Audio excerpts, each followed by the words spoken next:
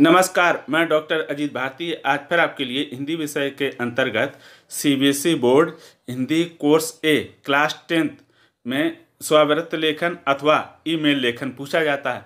अब बच्चों में ये डाउट रहता है कि मैं स्वरवृत्त लेखन की तैयारी ठीक से करूं या ईमेल लेखन की तैयारी ठीक से करूं, तो मेरा आंसर होगा स्वरवृत्त लेखन अथवा बायोडाटा की तैयारी करें, ज़्यादा बेटर। देखो, कहने का मतलब ये कि आप तैयारी तो दोनों की करें, लेकिन स्वरवृत्त लेखन बहुत ही सरल है और इजी है, और उन छात्रों के लिए तो बहुत ही महत्वपूर्ण है जिनकी तैयारी कम है या हिंदी में थोड़े उनकी वीक है या उन्हें हिंदी में दिक्कत आती है।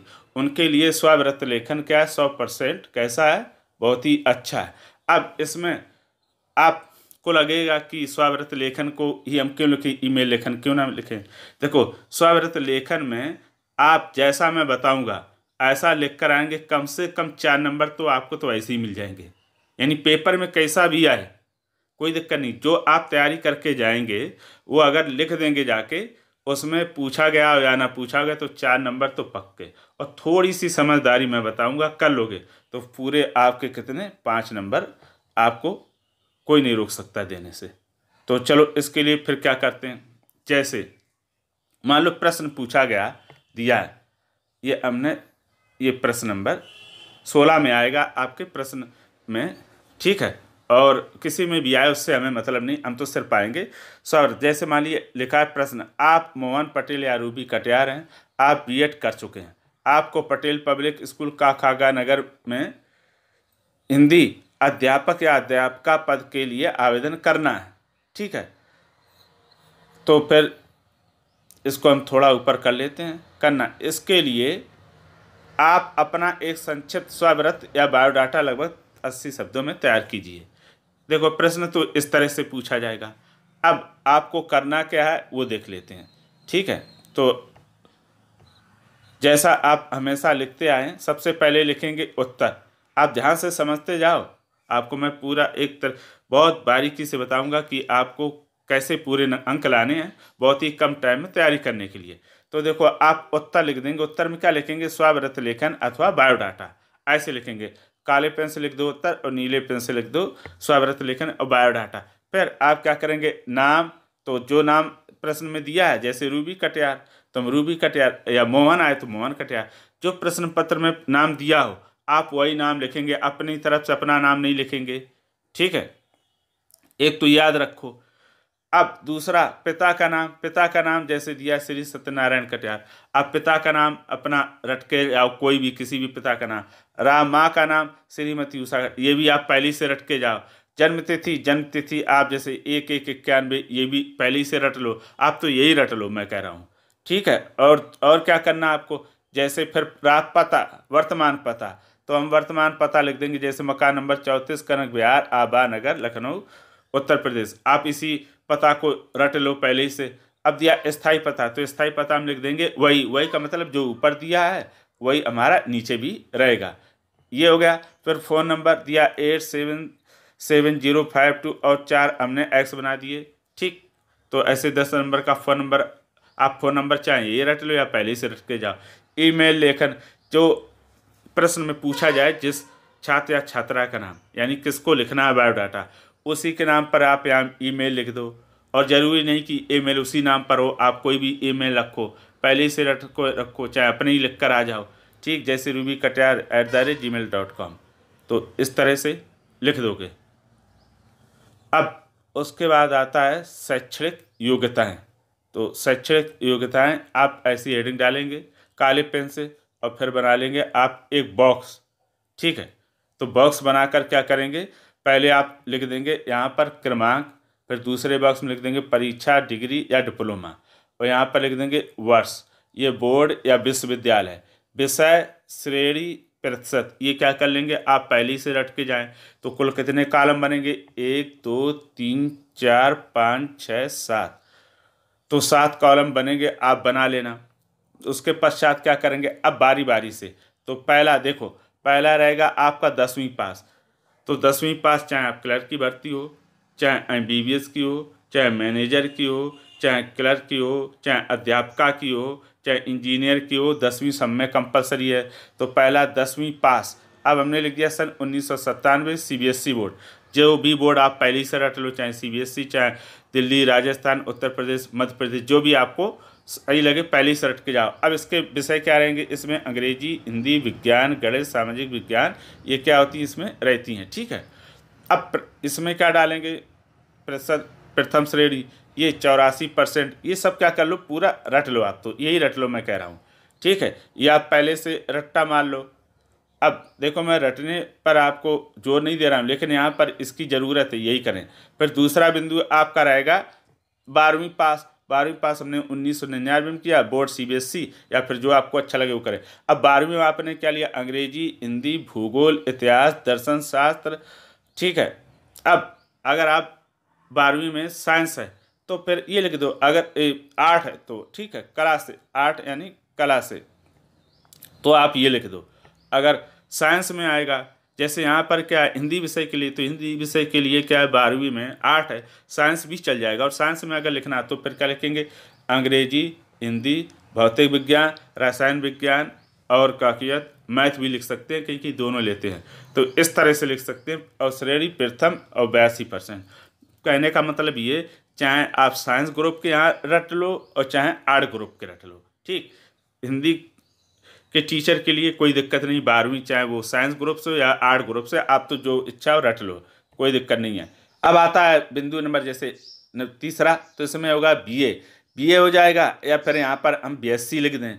ठीक है, दो में से BSc लिख सकते हो, BA लिख सकते हो, BCom भी लिख सकते हो। अब अलग अलग पद के लिए बस यहाँ पर ध्यान रखना, अगर जैसे हिंदी, भूगोल, संस्कृत, जैसे हिंदी के लिए पूछा जाए तो ये भी चल जाएगा, भूगोल के अध्यापक के लिए पूछा जाए तो भी ये चल जाएगा, संस्कृत के लिए पूछा है तो भी चल जाएगा। अगर इतिहास के लिए होगा तो भूगोल की जगह हम क्या करेंगे, इतिहास लिख देंगे। ठीक, समाजशास्त्र लिख देंगे, श्रेणी प्रथम वर्ष और 78 वर्ष। अब BSc में क्या करेंगे, यहाँ पर हम लिख देंगे BSc। ठीक है, BSc कर देंगे और ये यही चल जाएगा, ये भी यही चल जाएगा। अब यहाँ पर हम क्या कर देंगे, जैसे मान लो गणित के अध्यापक के लिए तो हम यहाँ पर कर देंगे गणित, सामाजिक विज्ञान और रसायन विज्ञान। तो गणित के लिए भी चल जाएगा, रसायन के लिए चल जाएगा, भौतिक के लिए चल जाएगा। अगर ये पूछा जाए जीव विज्ञान के लिए तो गणित की जगह हम क्या कर देंगे, जीव विज्ञान। बस इतना आपको बदलाव करना है और कुछ नहीं करना। अब ये तो आ गया समझ में। और B.Ed देखो सबके लिए कंपलसरी है, चाहे वो कला संकाय से हो चाहे विज्ञान संकाय से। तो चौथा में B.Ed 2004 में बनारस विद्यालय। अब यहाँ पर क्या, अगर आर्ट ग्रुप जैसे हिंदी का है तो हिंदी, समाजशास्त्र का है तो समाजशास्त्र लिख देंगे, जो भी विषय रहे वो यहाँ पर आप लिख देंगे। B.Ed में कुछ नहीं, यही रहेगा। साइंस का होगा तो यहाँ पर गणित लिख सकते हो, भौतिक विज्ञान, रसायन विज्ञान, जीव विज्ञान, यही बस बदलना और कुछ नहीं करना। ये हो गया प्रथम श्रेणी 88%। सिर्फ इसमें बदलाव करना है और किसी किसी में यहाँ पर करना है यहाँ। ठीक है, बाकी ये तो सब क्या रहेंगे, ये ऐसे ही कॉमन रहेंगे, आप रट के रखो इतना, बस यहाँ पर बदलाव करना मात्र है। ठीक है, ये हो गया।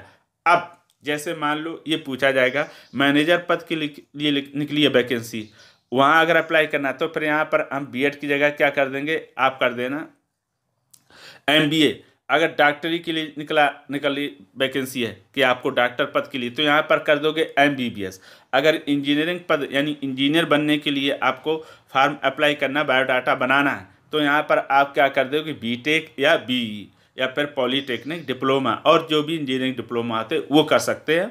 बाकी ये ऐसे ही रहने देना, बस यहाँ पर उसी के अनुसार चेंज कर देना, बाकी ये भी ऐसा रहने देना। देखो आप क्या करोगे, जब ये यहाँ पर MBA करोगे या इंजीनियरिंग करोगे, MBBS करोगे, तो फिर क्या उसी के हिसाब से यहाँ पर विषय भी चेंज कर दोगे। इतना आपको करना है, बाकी कुछ नहीं करना। अब देखो इतनी चीज़ें तो आपको समझ में आ गई। अब क्या करना है, ये अन्य योग्यताएं, अन्य योग्यताओं में आपको कोई छेड़खानी नहीं करनी।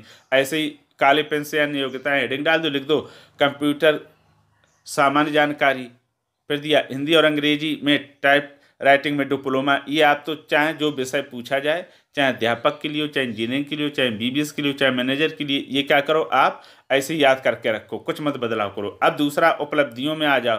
फिर उपलब्धियों में आप क्या करोगे, हेडिंग आप डाल देंगे काले पेन से, लिख देंगे अखिल भारतीय स्वरचित कविता प्रतियोगिता 2021 में प्रथम पुरस्कार। दूसरा दिया है विद्यालय में हॉकी टीम की कप्तान। फिर तीसरा दिया B.Ed में गोल्ड मेडल। अब बस इतने ही अंतर करना। देखो ये दोनों चीज़ें तो कॉमन रखो। अब चाहे किसी भी संकाय का हो, चाहे MBBS हो, MBA हो, इंजीनियरिंग, ये तो सब में चल जाते हैं।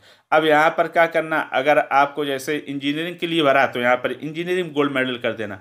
अगर यहाँ पर दिया है कि आप डॉक्टर पद के लिए अप्लाई कर रहे हो, बायोडाटा बना रहे हो, तो यहाँ पर MBBS कर देना। अगर आप गणित विद्यालय के लिए तो चल जाएगा। देखो अध्यापक किसी भी विषय को तो उसमें B.Ed में गोल्ड मेडल ये तो सब में चल जाएगा, कॉमन आ जाए। सिर्फ इतनी चीज़ें क्या करनी है, आपको ध्यान रखनी है। अब ये रही जो तिथि, जैसे ये तिथि, स्थान, हस्ताक्षर, ये ऐसे ही याद कर लो और छाप देना जाके। तिथि भी ऐसी 14/3/2020 और 2 ये क्या कर देना, X बना देना। यानी ये तीनों चीज़ें ऐसे ही पहले ही से याद कर लो, ठीक है। अब देखो इसमें सबसे अच्छा तरीका है कि आप ये पूरा बायोडाटा क्या जाओ पहले ही से याद करके, यानी रट के जाओ ये पूरा। तो इसमें देखो फ़ायदा ये है कि आपको कुछ चीज़ें ऐसी हैं जो पहले ही से याद करके जाओगे। जैसे ये हो गया पिता का नाम, ये पहले ही से याद करके आप जाओ, ठीक है।